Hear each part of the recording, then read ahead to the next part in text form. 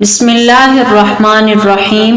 حج کا لغوی معنی ہے کسی جگہ کا ارادہ کرنا، زیارت کرنا، اور اصطلاح میں حج ایک معروف و مشہور عبادت ہے جو اسلام کی 5 ارکان میں سے آخری رکن ہے۔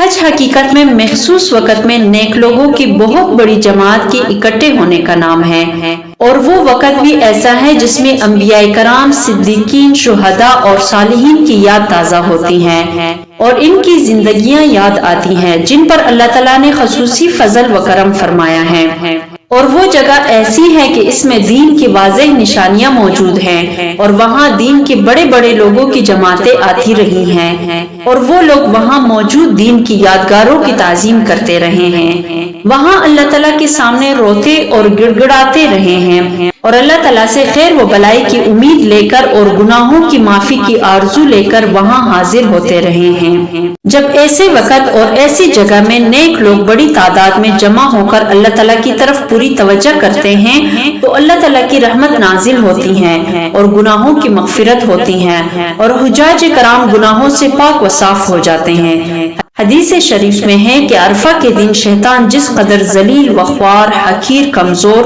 اور غضبناک نظر آتا ہے کسی اور دن نظر نہیں آتا۔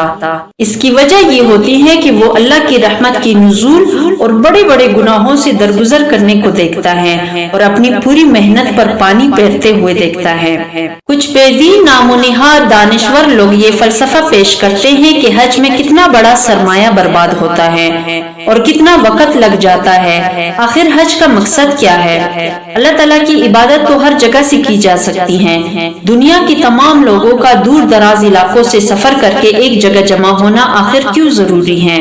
حضرت شاہ ولی اللہ رحمۃ اللہ علیہ نے اس قسم کے سوالات کی جوابات دیتے ہوئے فرمایا کہ حج کی اصل ہر ملت و مذہب میں موجود ہے۔ تمام قوموں میں میلوں، ٹیلوں اور یاتراؤں کا رواج ہے۔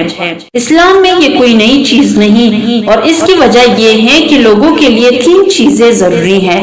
اول یہ کہ کوئی ایسی جگہ ہونی ضروری ہے جس سے لوگ برکت حاصل کریں، اور وہ جگہ اس لیے برکت والی ہے کہ لوگوں نے وہاں اللہ کی نشانیوں کو نمودار ہوتے ہوئے دیکھا ہے۔ دوم یہ کہ اللہ تعالیٰ کا تقرب حاصل کرنے کے لیے قربانی کے طریقے بھی ہوں، اور وہ جانور کی قربانی ہو یا کوئی اور عمل ہو۔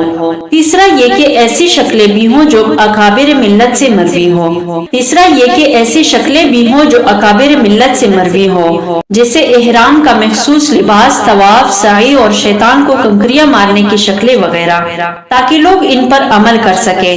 ان محسوس شکلوں سے اللہ تعالیٰ کی مقرب بندوں کی یاد تازہ ہوتی ہے اور ان اکابر کے احوال یاد آتے ہیں۔ ان 3 چیزوں کے مجموعے کا نام حج ہے۔ ہر قوم میں اس کا رواج ہے، اسلام میں یہ کوئی نئی چیز نہیں ہے۔ اس لیے مسلمانوں کے حج پر اعتراض کرنا اور اس پر جو رقم خرچ ہوتی ہے اس کو فضول سمجھنا، اور اس میں جو وقت لگتا ہے اس کو ضیاع سمجھنا، اور دوسری اقوام کی میلوں، ٹیلوں اور یاتراؤں وغیرہ پر اعتراض نہ کرنا سراسر ظلم اور ناانصافی ہے۔ ایسے بے دین لوگوں کو سوچنا چاہیے اور اپنا رویہ درست کر لینا چاہیے، ورنہ یہ عقل مندی اور دانشمندی کے خلاف ہے۔ 10ویں ہجری نبوت کا آخری سال تھا۔ اس میں نبی کریم صلی اللہ علیہ وسلم نے حضرت ابو دجانہ رضی اللہ تعالیٰ عنہ کو مدینہ منورہ میں اپنا خلیفہ مقرر کیا، اور 25 ذی القعدہ جمعرات کے دن ظہر کے بعد نبی کریم صلی اللہ علیہ وسلم حج کے لیے روانہ ہوئے۔ حضرت خدیجۃ الکبریٰ اور حضرت زینب بنت خزیمہ رضی اللہ تعالیٰ عنہ کے علاوہ باقی تمام ازواج مطہرات اور سیدۃ النساء فاطمہ الزہرا رضی اللہ تعالیٰ عنہ اس سفر میں ساتھ تھیں۔ نبی کریم صلی اللہ علیہ وسلم نے روانگی سے پہلے غسل کیا۔ سیدہ عائشہ رضی اللہ تعالیٰ عنہ نے آپ کے سر مبارک پر تیل اور بالوں کی مانگ میں عمدہ خوشبو لگائی، جس کا اثر کئی دن تک محسوس ہوتا رہا۔ اس کے بعد آپ نے احرام کی 2 چادریں زیب تن فرمائیں، ایک سفید چادر لپیٹ لی اور ایک سفید چادر باندھ لی، اور یہ حج کا مردانہ یونیفارم ہے جس کو پہن کر بندہ اللہ تعالیٰ کی دربار میں حاضر ہوتا ہے۔ یہ تواضع اور عاجزی کا لباس ہے، دنیا کی زیب و زینت سے ہٹ کر کفن کی مانند ہے۔ اس میں امیر و غریب سارے کے سارے برابر ہے۔ دنیا کے اندر تو کپڑوں کی اونچ نیچ کا فرق ہوتا ہے، لیکن جو بھی حج یا عمرہ کے لیے جائے گا اس کا احرام یہی ہوگا۔ امیر و غریب دونوں کا لباس یہی ہوگا۔ ہوگا۔ اس کے بعد آپ صلی اللہ علیہ وسلم نے احرام کی نیت کر کے تلبیہ پڑھا اور ساتھ جانے والے صحابہ کرام کو تلبیہ کی تلقین کی۔ صحابہ کرام نے بھی تلبیہ پڑھنا شروع کیا۔ حضرت جبرائیل علیہ السلام آئے اور نبی کریم صلی اللہ علیہ وسلم کو یہ پیغام دیا کہ اللہ تعالیٰ چاہتے ہیں کہ یہ صحابہ اونچی آواز سے تلبیہ پڑھے اور یہ اللہ تعالیٰ کو پسند ہے۔ تقریباً 9 دن اس سفر میں لگے۔ نبی کریم صلی اللہ علیہ وسلم اس سفر میں امت کو دین کے احکام بھی سکھا رہے تھے اور ساتھ ساتھ صحابہ کرام کی تربیت بھی فرما رہے تھے۔ اس سفر میں نبی کریم صلی اللہ علیہ وسلم کا ایک اونٹ بھی گم ہو گیا تھا۔ نبی کریم صلی اللہ علیہ وسلم نے امت کو تعلیم دی کہ دیکھو حج کے دوران ایسے واقعات پیش آ سکتے ہیں، سامان گم ہو سکتا ہے، بندہ بیمار ہو سکتا ہے، کوئی مشکل کوئی مصیبت آ سکتی ہے۔ یہ سب چیزیں سفر کا حصہ ہے۔ اس سے معلوم ہوا کہ سفر میں بندے کو دل بڑا رکھنا چاہیے تاکہ سفر کے دوران کوئی ایسے بات پیش آئے تو برداشت کر سکے۔ مصائب وغیرہ اللہ کی جانب سے ہیں، اس میں بندے کا کوئی اختیار نہیں۔ نبی کریم صلی اللہ علیہ وسلم مسجد حرام میں داخل ہوئے۔ جب آپ صلی اللہ علیہ وسلم نے بیت اللہ کو دیکھا تو کڑے کڑے ہاتھ اٹھا کر دعا مانگی۔ اس کے بعد نبی کریم صلی اللہ علیہ وسلم نے پہلے وقت کی نماز ادا فرمائی، پھر بیت اللہ کا طواف کیا۔ اس لیے حجاج کرام کو چاہیے کہ بیت اللہ میں پہنچنے کے بعد اگر جماعت کی نماز کا وقت ہو تو پہلے جماعت کے ساتھ نماز پڑھے، اور اگر نماز کا وقت نہیں تو بیت اللہ کا طواف کرے۔ جیسا کہ کسی محفل میں جب کوئی آئے تو اس کو چاہیے کہ مجلس میں جو صدر مجلس ہے پہلے اس سے مصافحہ کرے۔ اسی طرح احرام باندھ کر آنے والے کو چاہیے پہلے اللہ کی گھر کا طواف کرے، کیونکہ وہ آیا ہی اسی لیے ہے۔ پھر طواف شروع کرتے وقت حجر اسود کے بالکل سامنے آ کر ترتیب سے استقبال، نیت اور استلام کرے۔ حجر اسود زمین میں اللہ تعالیٰ کی قدرت کا دایاں ہاتھ ہے۔ جس نے حجر اسود کو بوسہ دیا اس نے گویا اللہ رب العزت کی قدرت کے دائیں ہاتھ کو بوسہ دیا۔ دنیا کا دستور یہ ہے کہ اگر کوئی شخص محبوب سے ملنے جاتا ہے تو اس کا دل چاہتا ہے کہ محبوب سے ملے اور اس کے ہاتھوں کو بوسہ دے۔ بعض علماء نے لکھا ہے کہ انسان کی قلب کی جو کیفیت ہوتی ہے وہ حجر اسود کو بوسہ دیتے وقت یا استلام کرتے وقت حجر اسود کے اندر محفوظ ہو جاتی ہیں۔ آج کل تو ویڈیو کیمرے نے اس کو سمجھانا آسان کر دیا ہے۔ جس طرح ویڈیو کیمرہ منظر کو محفوظ کر لیتا ہے، بالکل اسی طرح حجر اسود بھی اس حاجی اور عمرہ کرنے والے کی دل کی کیفیت کو محفوظ کر لیتا ہے۔ اس کا ایکس رے ہو جاتا ہے اور قیامت کے دن اس کیفیت کے ساتھ انسان اپنے پروردگار کے سامنے پیش ہوگا۔ اگر رش اور ہجوم کی وجہ سے حجر اسود کو بوسہ دینا مشکل ہو تو شریعت نے حکم دیا ہے کہ اس کو سامنے لے کر ہاتھوں سے اشارہ کر کے ہاتھوں کی انگلیوں کے اندرونی سرے کو بوسہ دے تو استلام ہو جائے گا۔ اس کے بعد نبی کریم صلی اللہ علیہ وسلم نے طواف شروع کیا اور اس میں 2 کام اور بھی کیے۔ ایک کام تو یہ کیا کہ آپ صلی اللہ علیہ وسلم احرام کے کپڑوں کو دائیں کندھے کے نیچے سے اوپر لے گئے اور دائیں کندھے کو ننگا کر لیا۔ اس کو اجتباء کہتے ہیں اور یہ طواف کے 7 چکروں میں کیا۔ اور دوسرا کام طواف کے شروع کے 3 چکروں میں رمل کیا۔ رمل سے مراد ہے کہ طواف کے شروع کے 3 چکروں میں اگر جگہ اور موقع ہو تو پہلوانوں کی طرح کاندھے ہلا کر قدرے تیز چلنا۔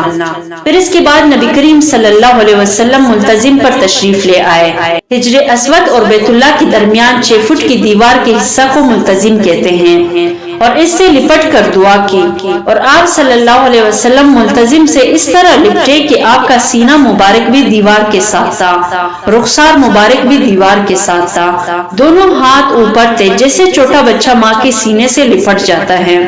اللہ تعالیٰ کے حبیب صلی اللہ علیہ وسلم ملتزم سے اس طرح لپٹ گئے۔ جو شخص ملتزم سے لپٹا وہ ایسے ہی ہے جیسے اس نے اپنے اللہ سے معانقہ کیا۔ پھر اس کے بعد مقام ابراہیم اور بیت اللہ کو سامنے لے کر 2 رکعت نماز ادا کی۔ اس کے بعد زمزم کے کنویں پر تشریف لے آئے اور نبی کریم صلی اللہ علیہ وسلم نے زمزم کا پانی پیا۔ پھر نبی کریم صلی اللہ علیہ وسلم صفا کے پہاڑ کی طرف روانہ ہوئے اور صفا اور مروہ کے درمیان سعی فرمائی، اور آپ میلین اخذرین کے درمیان دوڑے بھی تھے۔ آپ صلی اللہ علیہ وسلم اس کے بعد خیموں میں تشریف لے آئے جو مکہ مکرمہ سے باہر لگے ہوئے تھے، اور بقیہ 4 دن آپ صلی اللہ علیہ وسلم نے وہاں وہاں قیام فرمایا، روزانہ حرم شریف جاتے تھے اور واپس آ جاتے تھے۔ پھر 7 ذی الحجہ کو نبی کریم صلی اللہ علیہ وسلم نے بیت اللہ کے قریب خطبہ دیا۔ یہ حج کا پہلا خطبہ تھا۔ اس میں نبی کریم صلی اللہ علیہ وسلم نے قرب قیامت کی علامتیں بتائی کہ قیامت کے قریب دنیا میں کیا کیا ہوگا۔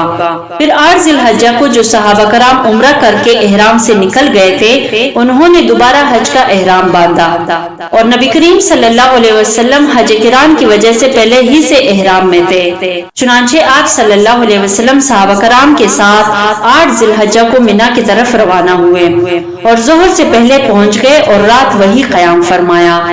اگلا دن 9 ذی الحجہ جمعہ کا دن تھا۔ نبی کریم صلی اللہ علیہ وسلم منا میں فجر کی نماز ادا کرنے کے بعد عرفات کی طرف تشریف لے گئے۔ ظہر سے پہلے عرفات میں پہنچنے کے بعد آپ صلی اللہ علیہ وسلم نے تھوڑی دیر آرام فرمایا اور غسل فرمایا، ظہر اور عصر کی نمازیں اکٹھی ادا فرمائیں۔ پھر اس کے بعد خطبہ دیا۔ یہ حج کا دوسرا خطبہ تھا۔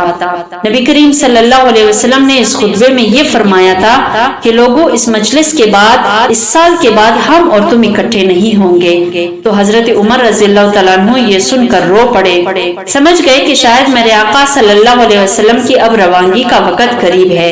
نبی کریم صلی اللہ علیہ وسلم نے اس خطبے میں یہ بھی فرمایا کہ لوگوں، میں نے سود ختم کر دیا، خون بہا معاف کر دیا، اور یہ بھی فرمایا کہ آپس میں ایک دوسرے کے حقوق کی پامالی نہ کرو، ایک دوسرے کی حق تلفی نہ کرو۔ عورتوں کے حقوق کے بارے میں فرمایا کہ ان کے حقوق ادا کرو، اور یہ بھی فرمایا کہ تم دین کے اوپر جمے رہو۔ واضح رہے کہ 9 ذی الحجہ کا دن یوم عرفہ یا حج کا دن کہلاتا ہے۔ اللہ رب العزت کے نزدیک یہ بہت ہی زیادہ محبوب دن ہوتا ہے، یہ مغفرت کا دن ہوتا ہے۔ نبی کریم صلی اللہ علیہ وسلم نے فرمایا کہ میں نے بدر اور عرفہ کے دن کے علاوہ شیطان کو اتنا ذلیل ہوتے ہوئے کبھی نہیں دیکھا۔ یہ بدر کے دن ذلیل ہوا تھا اور عرفہ کے دن ذلیل ہوتا ہے اور سر پر مٹی ڈالتا ہے، چلاتا ہے کہ میرے تو سالوں کی محنت ضائع ہو گئی۔ اس کے بعد نبی کریم صلی اللہ علیہ وسلم نے صحابہ کرام کو فرمایا کہ اب تم وقوف کرو۔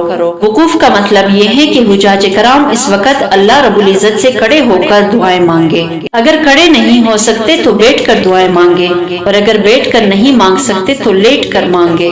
جب سورج غروب ہو گیا تو اس کے بعد نبی کریم صلی اللہ علیہ وسلم عرفات سے واپس مزدلفہ کی طرف تشریف لائے اور وہاں پہنچ کر عشاء کے وقت میں مغرب اور عشاء کی نمازیں ملا کر پڑھی۔ عرفات میں عصر کی نماز کو مقدم کر کے ظہر کے ساتھ ملا کر ادا کیا اور مزدلفہ میں مغرب کی نماز کو مؤخر کر کے عشاء کے وقت میں ادا فرمایا۔ اس میں اس بات کی تعلیم دی کہ اللہ تعالیٰ کی جانب سے جس وقت جو حکم آئے اس کی پیروی کرو اور اس کو مانو۔ بندگی سکھائی کی شریعت کے حکم کے سامنے ہمیشہ سر تسلیم خم کر دو، سر جھکا دو، شیطان کی طرح عقل کے پیچھے نہ پڑو اور تکبر اور ضد نہ کرو ورنہ مردود ہو جاؤ گے۔ نبی کریم صلی اللہ علیہ وسلم نے مزدلفہ میں حضرت عبداللہ ابن عباس رضی اللہ تعالیٰ عنہ کو حکم فرمایا کہ آپ کنکریاں چن لیں۔ 3 دن جو کنکریاں ماری جاتی ہیں انہیں مزدلفہ میں چننا مسنون عمل ہے، باقی کہیں سے بھی جمع کیا جا سکتا ہے۔ حاجی کے حق میں مزدلفہ کی رات شب قدر کے مانند اہم اور قیمتی ہوا کرتی ہیں۔ پھر نبی کریم صلی اللہ علیہ وسلم نے فجر کی نماز مزدلفہ میں پڑھنے کے بعد مزدلفہ میں وقوف کیا، یعنی قبلہ رخ کھڑے ہو کر اللہ تعالیٰ سے دعا مانگی۔ وقوف مزدلفہ کا مطلب ہے کہ اللہ تعالیٰ سے عاجزی و آہوازاری کرنا تاکہ اللہ تعالیٰ حرم میں آنے کی توفیق دے دے۔ وقوف کرنے کے بعد مزدلفہ سے منا کی طرف تشریف لائے۔ راستے میں مزدلفہ اور منا کے درمیان ایک وادی ہے، اس کو وادی محصر کہتے ہیں۔ یہ وہ جگہ ہے جہاں یمن سے ابرہہ کا ہاتھیوں والا لشکر آیا تھا اور اللہ تعالیٰ نے پرندوں کے ذریعہ ہاتھیوں کے لشکر کو وہاں پر ہلاک کیا تھا۔ آپ صلی اللہ علیہ وسلم جب وہاں سے گزرنے لگے تو آپ نے سواری کو ذرا تیز فرما دیا۔ پھر جب آپ صلی اللہ علیہ وسلم منا تشریف لائے تو منا میں آپ صلی اللہ علیہ وسلم نے سب سے پہلے جو آخری شیطان ہے اس کو کنکریاں ماری۔ اصل میں شیطان کو کنکریاں مارنا اپنی نفرت اور بیزاری کا اظہار کرنا ہے۔ ایماندار حضرات شیطان سے بغض رکھتے ہیں، دلی نفرت کرتے ہیں۔ رمی کی حکمت یہ ہے کہ بیت اللہ کی طواف زیارت کے لیے آنے سے پہلے شیطان بدبخت کو جو اللہ کا دشمن ہے اور سارے انسانوں کا دشمن ہے، کنکریاں مار کر اس کے دشمن ہونے کو ثابت کیا جائے، اس سے نفرت اور اللہ سے محبت کو ظاہر کیا جائے۔ نبی کریم صلی اللہ علیہ وسلم نے کنکریاں مارنے کے بعد قربانی کی، پھر حلق کروایا ترتیب سے ان تینوں کاموں کو انجام دیا۔ نبی کریم صلی اللہ علیہ وسلم نے کل 100 اونٹ قربان کیے۔ 63 اونٹ تو نبی کریم صلی اللہ علیہ وسلم نے بنفس نفیس قربان کیے اور بقیہ 37 اونٹوں کو ذبح کرنے کے لیے حضرت علی رضی اللہ تعالیٰ عنہ سے کہا کہ آپ میری طرف سے قربان کر دیجئے۔ قربانی کے بعد نبی کریم صلی اللہ علیہ وسلم نے حلق کروایا اور اس کے بعد آپ صلی اللہ علیہ وسلم نے احرام اتار دیا۔